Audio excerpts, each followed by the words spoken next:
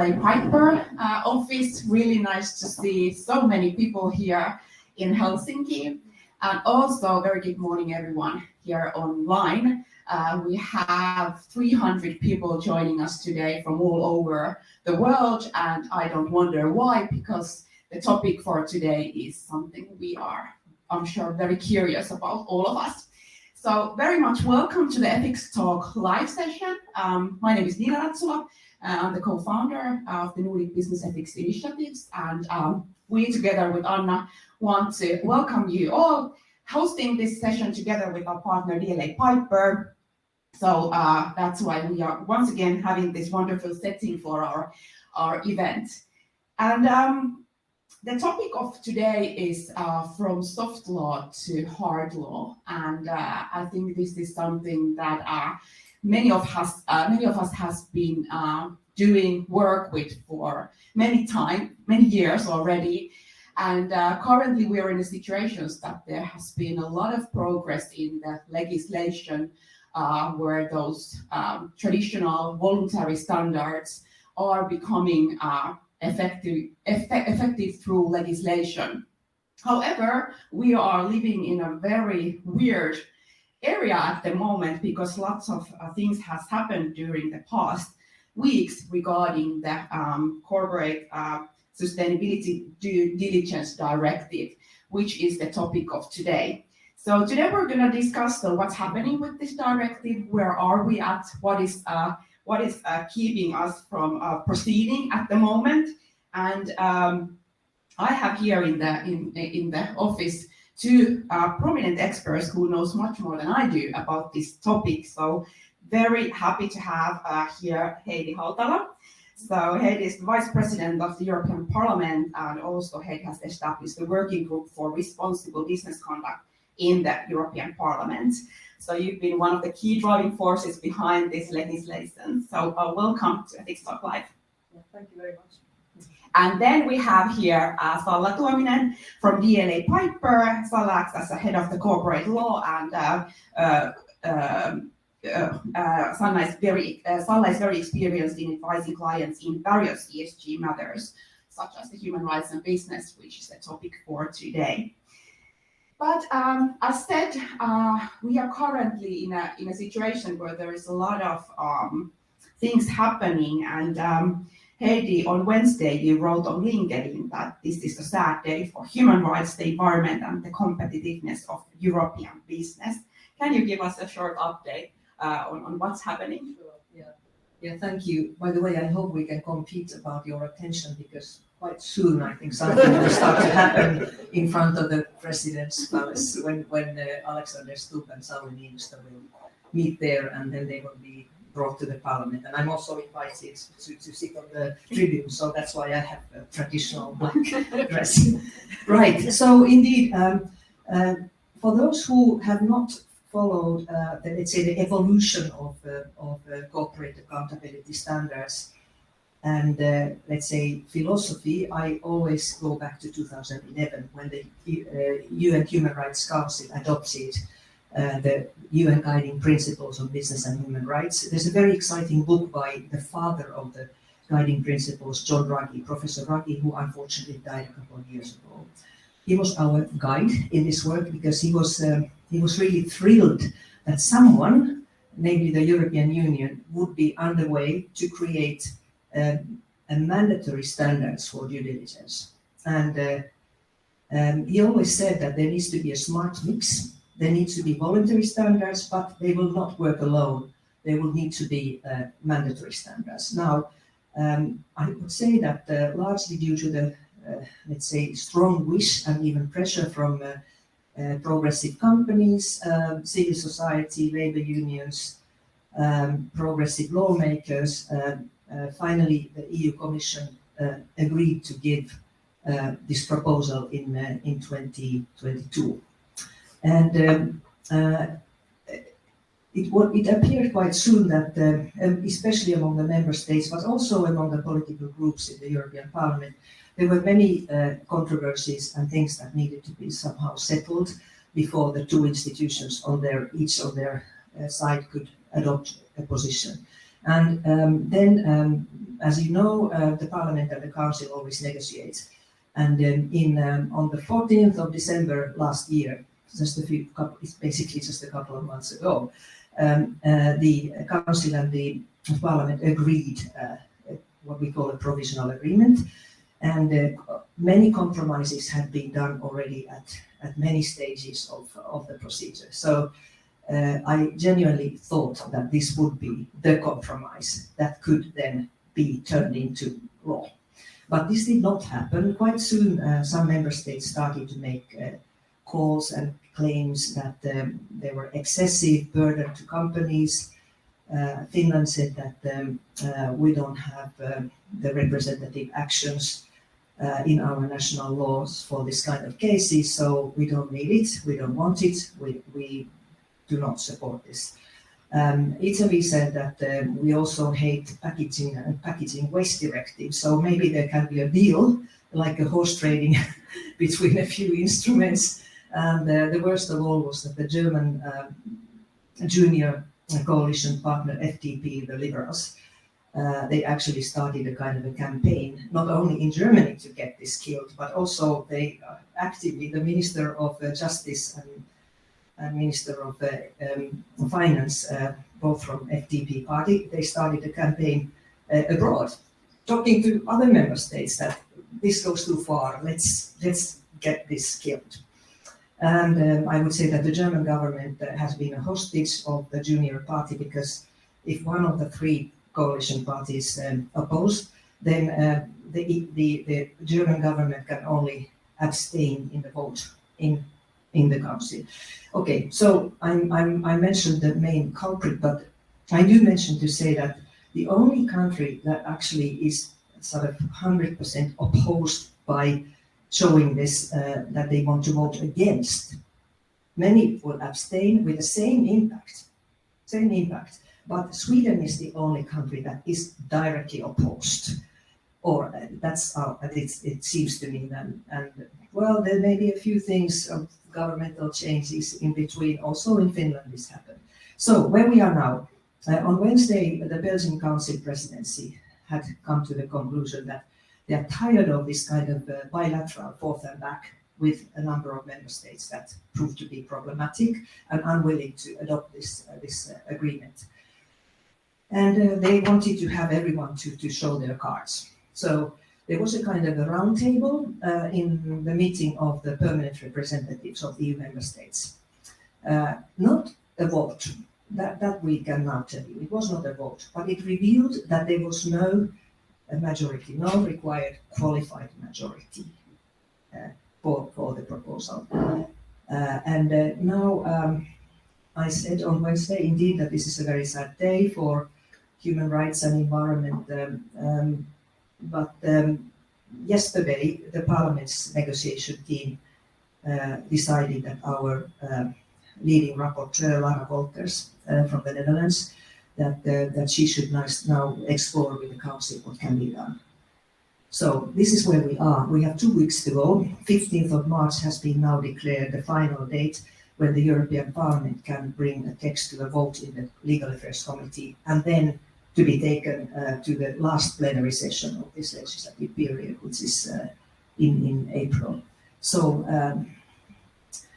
I am an optimist, because I see that there will be so much damage if this will be killed now, because I don't see that the next Parliament and Council will be anywhere interested in sort of continuing or starting.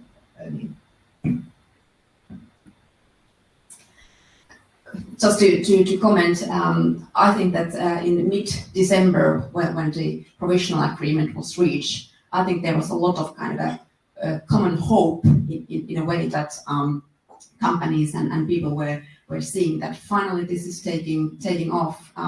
There was kind of a future-oriented wishes that let's now do it. So this is such a surprise that this last weeks what it has meant to the legislative process as such. But I would also think that it's to a certain extent, even if this is of course drastic changes in the process, this has actually brought this matter a lot to the attention of many people and many perhaps such companies which haven't yet been much putting attention to this one. So there is I'm also optimistic in a way, but a little positive side that many have also taken actions by themselves. The companies, they have issued statements that we actually want this go through. So it's not very only black and white that the companies would be totally against it or anything like that. So kind of a weird or interesting situation. For sure, and I think we can all see the movement here, and I guess we don't have other options than to be positive about it. Yeah, but I think we have a question here online.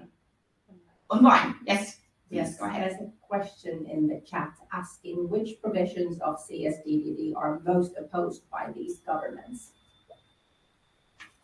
Maybe you have it varies from country to country, but I would say that the scope is perhaps something that has annoyed most. For instance, France, who is the front runner of mandatory due diligence legislation, La Loi de Devoir de Vigilance, has been in force since 2017. But they have a very high threshold for the company size, 5,000 employees worldwide. And in the provisional agreement, we say 500. So, but I would say that France is a special, deserves attention, because I just found yesterday that when Macron came to the European Parliament in January 2022, and I and some other colleagues asked the president if they would be promoting the European-wide due diligence legislation, which was just expected at that time. And he made a fantastic reply, yes, and France is a front runner. Certainly they will. I put it on my LinkedIn yesterday because I find it so outrageous that now France is kind of one of the leading countries of calling for changes. And this question of 5,000 employees, according to the national law, is quite reckless, because even in the council's position, what we call the general approach, it was even close to 5,000. So, this kind of horse trading afterwards is now taking such dimensions that I cannot believe that it's a serious, responsible lawmaker in the European Union. So the civil liability is, of course, something that, naturally raises question that how can companies make sure that when they believe that they have done everything right, could they still be made liable according to civil law? And there Finland has raised this question of what some people say class action, but it's mainly representative actions, that the vulnerable victims who often cannot defend themselves, that they could have someone representing them in court in a civil rights process. So that's a Finnish peculiarity. I'm not aware that any other member states had this problem. And even for Finland, this should not be a problem, because many legal experts said that this could be done. So what else is there? Well, then I said that the Italians want to get rid of another directive. And then they promised their support, like in a horse trading deal, to the German Minister of Justice. If Germany will help Italy to get rid of the packaging waste directive, which is difficult for them, because they don't have high reuse rates of waste, then they will help Germany to get rid of the CSDDD. So this is the unfortunate scene. I think it's really very irresponsible what we see right now.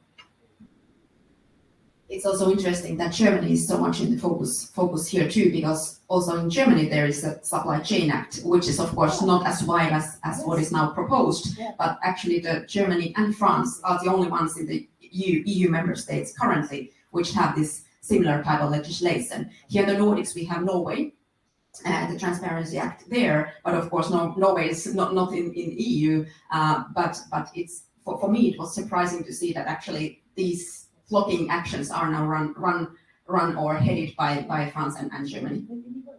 Yeah, something that you should know, that there were already many concessions made to Germany, because Germany wanted to have as much alignment on the civil liability issue with their national law. And changes were made. The threshold of liability was made higher by adding a couple of things to the definitions. So the threshold of bringing a company to a court, there should be intentional and negligence. So it's already high, and they got this, and now, but I would say that this is due to the weakness of the German chancellor, because as you know, the polls in Germany show that the extreme right will gain if there will be new elections. So let's put it very bluntly, the chancellor is now a hostage of the smallest junior party, who is sabotaging the whole exercise beyond Germany. So it's unprecedented.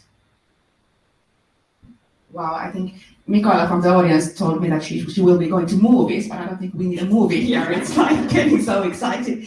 But I think we have another question here. Yes, we have actually two questions. First one, would you see that one solution could be that there is more time for companies to start applying the directive? Now it is 3 years after entry into force, right? And the second question is that, do you have any insights on why Sweden voted against? Heidi? I'd rather have someone who knows Sweden better to explain, but I think it looks quite ideological. As a politician, I can afford to say that you hear a lot from the Swedish government in the EU that they don't want any administrative burden on companies. So I don't know, but maybe there's more to that. Yes, I definitely believe that these lead times of enforcement could be one part of the solution. So, I mean, this discussion already indicates that some changes need to be made, and some of them will be less painful than others. And I think the lead times, maybe the agreement that some parts of the directive could be, let's say, the scope. I mean, what companies are in the scope? Here, I think something could be done. Why I say this, that it might not be very painful, is that, and this maybe you can confirm, because I guess many of you are from the sort of business side. I see that there is a kind of a market dynamic that many companies are aware that different stakeholders require from them due diligence on not only just financial due diligence, but also non-financial. So they are already underway of doing this. And you know, if it applies to companies, let's say above 1,000 employees, and so others will nevertheless have to look at what they should do. So these are the elements that I think could be less painful to negotiate, but I don't know if it's enough. I forgot to mention that a big concession was made to France, which is very well known, and that is that virtually the whole financial sector is now excluded, subject to further changes to the directive. So again, a big member state has got a big concession and now is asking anything beyond, you know, so I don't know what to say. Okay, anyone here in the room? Mikaela has a question, so.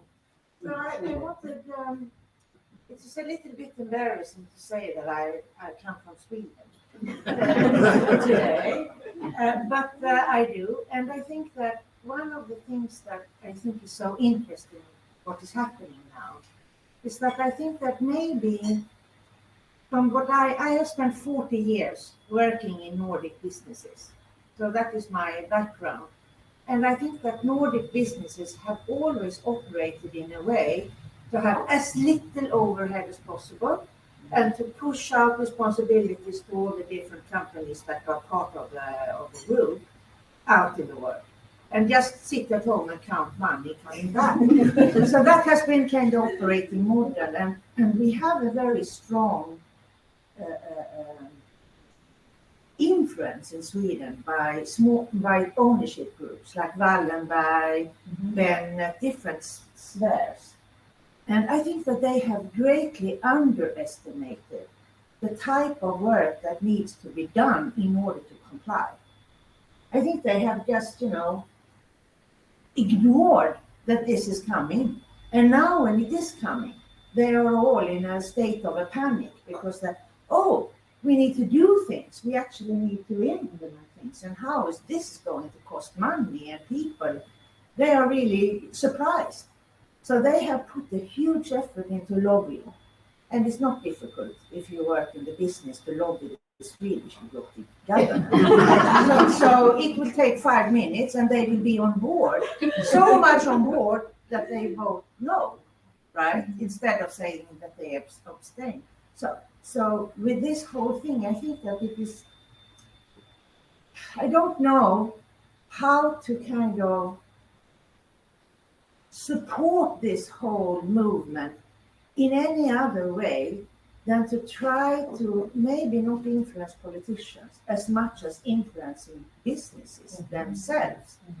Because I think that that's the way to try to go, not only through soft law, because that is not working clearly, but to really push on the business side to avoid this situation where we are. Plus we have a situation where we see a lot of right-wing governments popping up in Europe, and they have a very strong bond to the, I would like to say, old type of running a business. So the hope is in new businesses and younger businesses, and to try to push the agenda there. Thank you, Mikaela. That's a great remark, and I think a very good. We can smoothly now transit to discuss a little bit about the business side. So we know that there are many companies, and many of the companies who are represented here today have done a huge amount of work in their due diligence processes, but there are also many who haven't done so much. So Salla, how would you comment the kind of impacts when and if we're going to have the directive? What will be the impacts on the business side? Well, first of all, I think that the reporting CSRD, the reporting directive already has a lot of good content, which even though we wouldn't get the directive through, I mean that there are already quite a significant sustainability regulation in place. But of course, this directive we are now talking about, CSDDD, would kind of nail it and would put much more content to the state of the issues. I think that overall the kind of the legislative journey with this directive has been very, very interesting. As we know, many countries have had their own kind of initiatives originally, and here in Finland, the previous government has it in proposal to have an own domestic legislation for kind of a corporate social responsible legislation, which was then withdrawn because Finland wanted to join the EU regulation and so that's more beneficial. And when the directive was first introduced, there was a lot of kind of a suspicion in the air, also from the business world. What is EU-wide regulation really needed? What is it really about? What is the purpose? What is meant with due diligence? The due diligence part was not really understood in a way. What does it really mean? What it will cover? What should we do? What is this about? Here the Nordics, I think that the environmental part has been kind of easier to that extent that we do have already for decades have had legislation in place. We are kind of used to it that. But the business and human rights side was a bit of a surprise to us. We kind of tend to think here that we do not have human rights problems in a way. And which is of course not true, but we of course compared to the other world, let's talk about global south, the situation is of course totally different. But it was perhaps a bit of a shocking that now we would need to take into account the kind of the human rights which are a little bit kind of remote to us. So it was kind of a shocking in that sense. But since then, I think that companies and society as all has much more gained understanding that actually business needs sustainable actions. And well, regulation has played their big role. On the financial side, we have taxonomy regulation, the reporting regulation, also on the environmental side, battery regulation, conflict minerals, whatever. But also the stakeholders and demands have grown. Consumers, employees, they know much more now that what they want, and they are much more vocal. So also, of course, the companies have needed to take that into account, and those who want to be kind of trailblazers have already done those actions which are needed. And of course, the biodiversity has been discussed much more than earlier. Climate change is kind of direct and indirect effects. We see them by ourselves all the time, much more. Weather conditions, environmental catastrophes. So I would say that kind of the ambition level has also increased quite recently and quite significantly, which is positive. And so also the content and understanding the contents of the directive has increased. And because this directive has taken quite some time to get through the process, and even with these latest surprises, it's still taking time.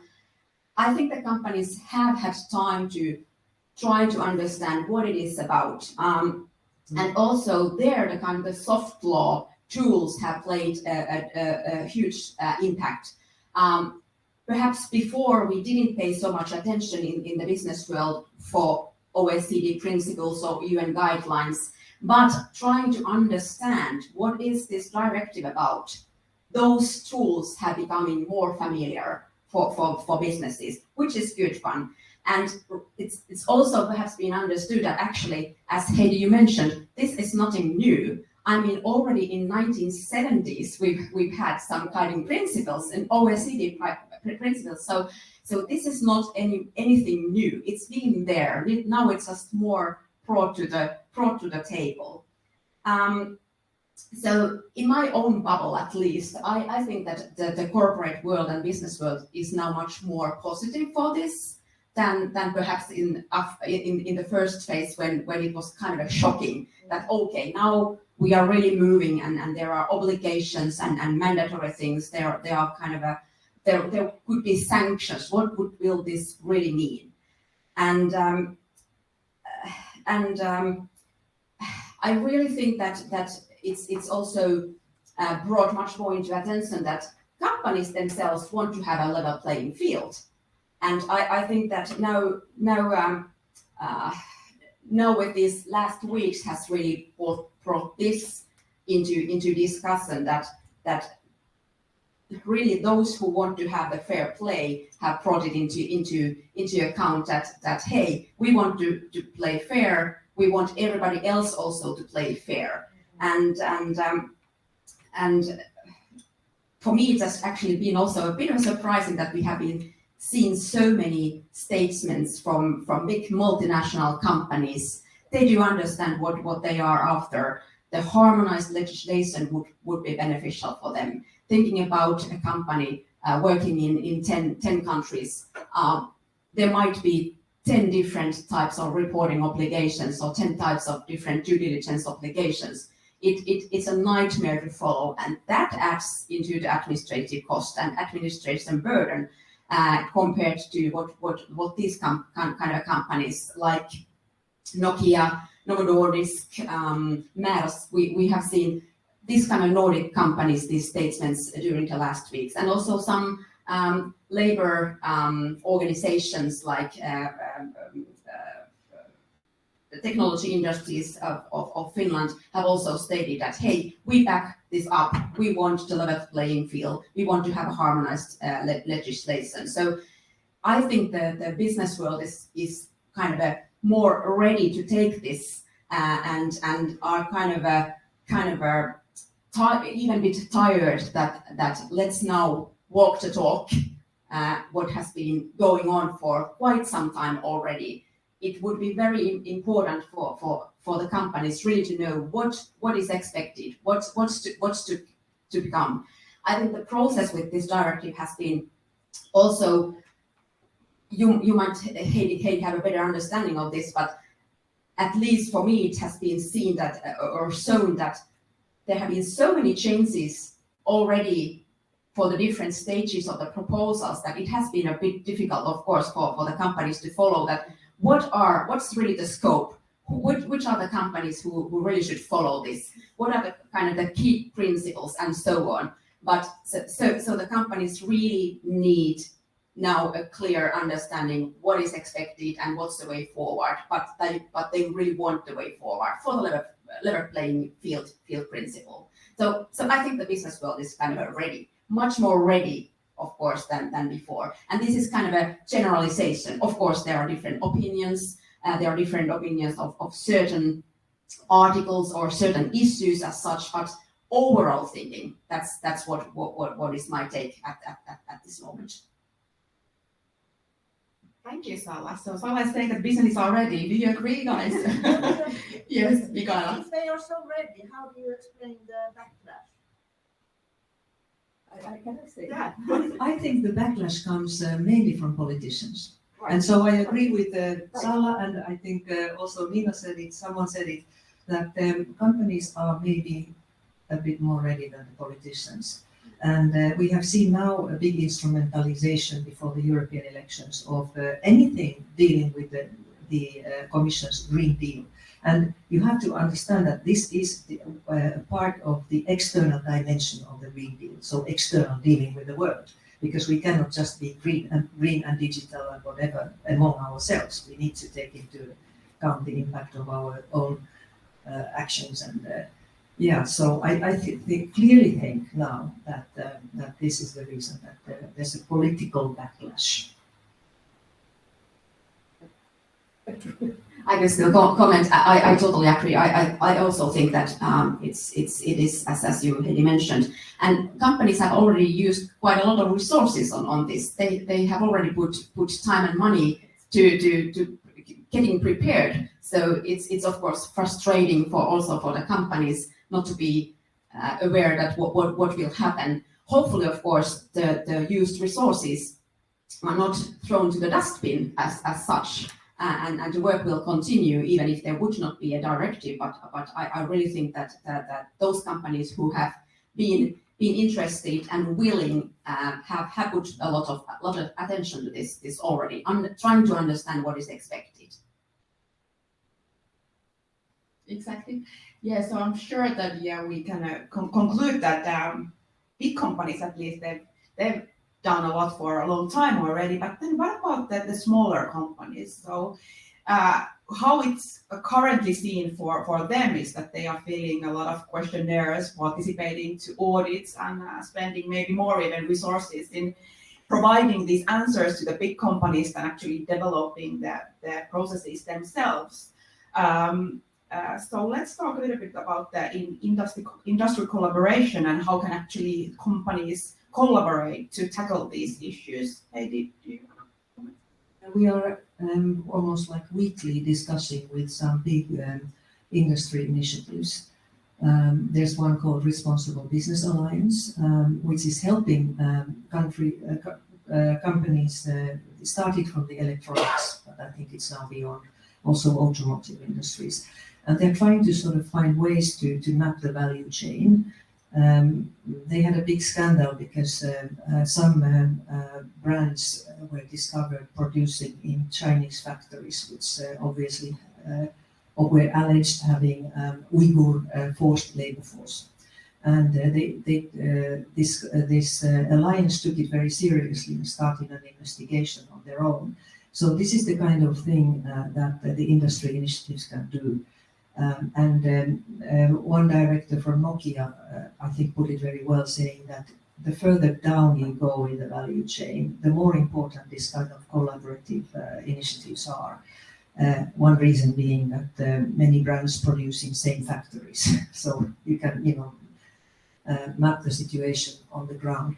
But then one thing is that the social audits are quite unreliable and irresponsible. So perhaps one thing that could happen, irregardless of whether this directive will pass or not, is that there should be some sort of standards for social audits. This morning I read from the New Yorker instead of my usual Helsingin Sanomat that the European Parliament's canteens may be serving as seafood which is produced by North Korean forced labor in China. And I immediately decided, as a, I'm just a client now, a customer eating in the canteen, I write to the leadership and say that can you please check the origin of this squid that we sometimes serve in the canteen. So it's very difficult sometimes, but it's even more difficult if the social audits are not reliable. So that's one thing. But these industry initiatives are really important. The only thing that we have been saying from the side of the Parliament, and I think the Council has kind of agreed with that in their position, is that this type of, let's say, certifications or social audits do not exhaust the due diligence obligation of the company. One reason being that they are unreliable. Then the company say, oh, okay, we didn't know that our audit was flawed. So the company still bears the responsibility at the end, but they can be great tools, this kind of initiatives. I don't know, Salla, what you think?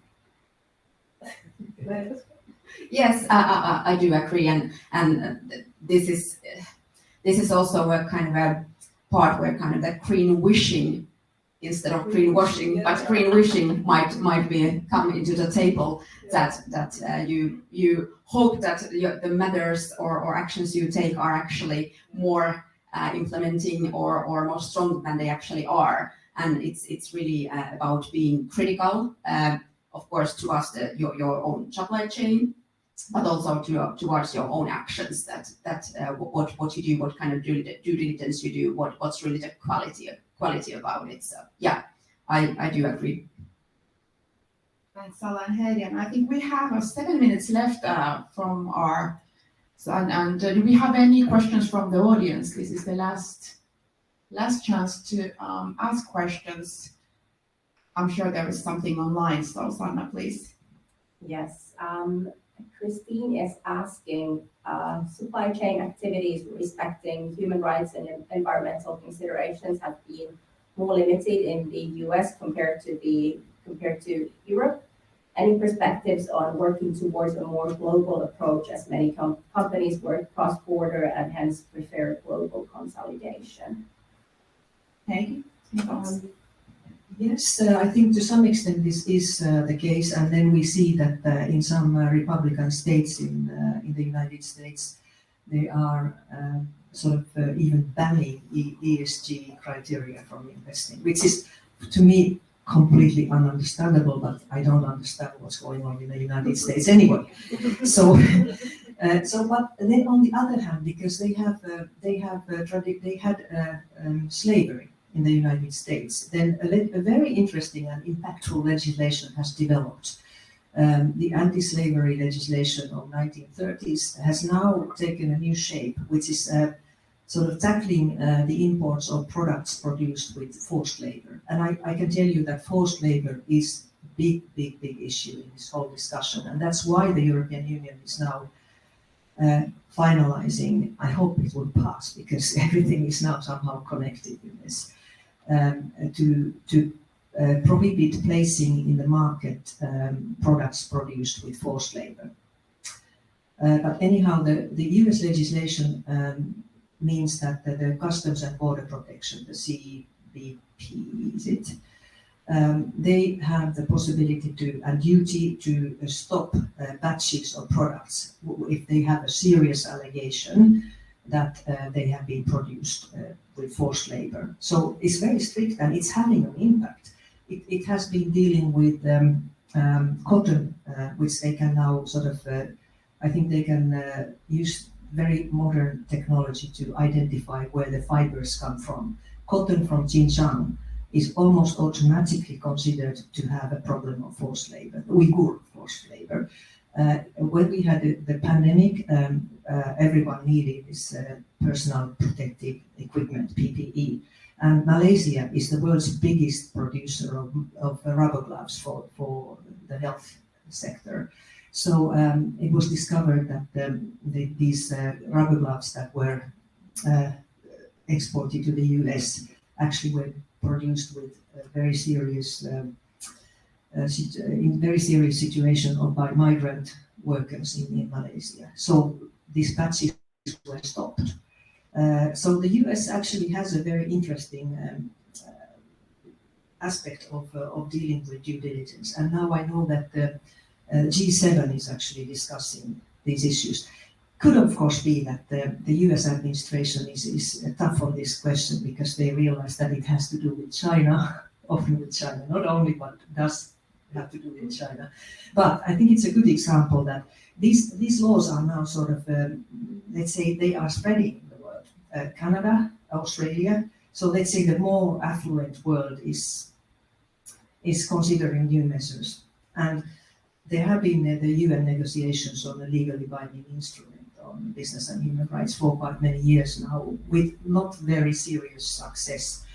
The contradictions are still big, but I very much hope that if we get our job done here in Europe, then the EU could make a change and have influence on this, let's say, work towards global standards. But that, of course, is a very big challenge. Thank you, Heidi. I think we have still 2 more questions online, so quick questions and quick answers. Yes. What is your feeling if the CSDDD does not pass? Will companies start slowing down their processes, or will they continue because of the CSRD and other legislation? What is more likely? Salla? I think that the bigger companies, and at least those who need to follow the CSRD, they will continue the work. I think it doesn't make any sense if they would now stop it. But for the smaller companies, of course, it's a risk that they will, let's see, this is perhaps not in our focus, and we will only move once really needed.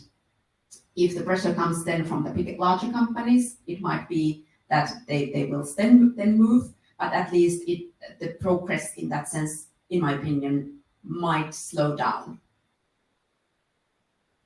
Yeah, still there is the CSRD Right. which is forcing companies to ask from their supply chains these questions.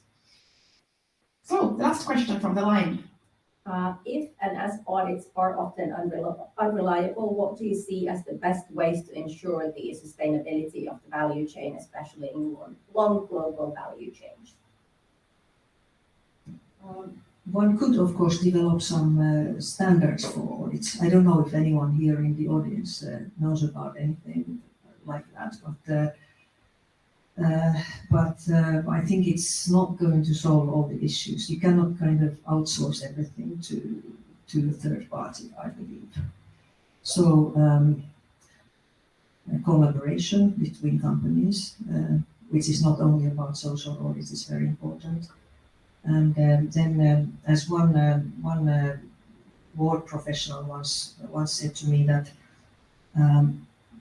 the company management and boards, they would need to start to speak the language of sustainability. And I think Salla already referred to the fact that some are sensitive to environmental aspects and are a bit surprised that there would be human rights issues, and even more surprised when they discuss that environmental and human rights issues are quite often linked, like in the question of land use, rights of indigenous peoples in Brazil. So to learn a new, I think one has to unlearn all bad habits in order to pick up new good habits, and this kind of integrated way of looking at things. It's a challenging, but I would say fascinating exercise when you start to see how different impacts are related. And so. Thank you, Heidi. We have 1 minute's time, and I would just like to ask both of you to conclude. What kind of message would you like to give to the audience? We have 300 plus people from the companies here joining us today. Which one wants to start? Please write to the Finnish government. Please please use your industry associations and professional associations if you think that this is a moment that should not be wasted. I would echo and say that as an ENC professionals, keep up the good work, continue. The world is not ready, and there is a possibility to shape the modern world by actions. It doesn't really need the regulation. It just happens to be now be the kind of the way forward, but it doesn't really need that. Also, actions based on the soft law tools, etc., is totally doable. So don't give up. Be positive. Thank you so much, Salla and Heidi, for this insightful discussion. I think we could continue for a long time, but now it's time to look on the other side of the road and see if the new president of Finland is there. So thank you everyone here in Helsinki and online for joining us for this event, and see you next time. Thank you.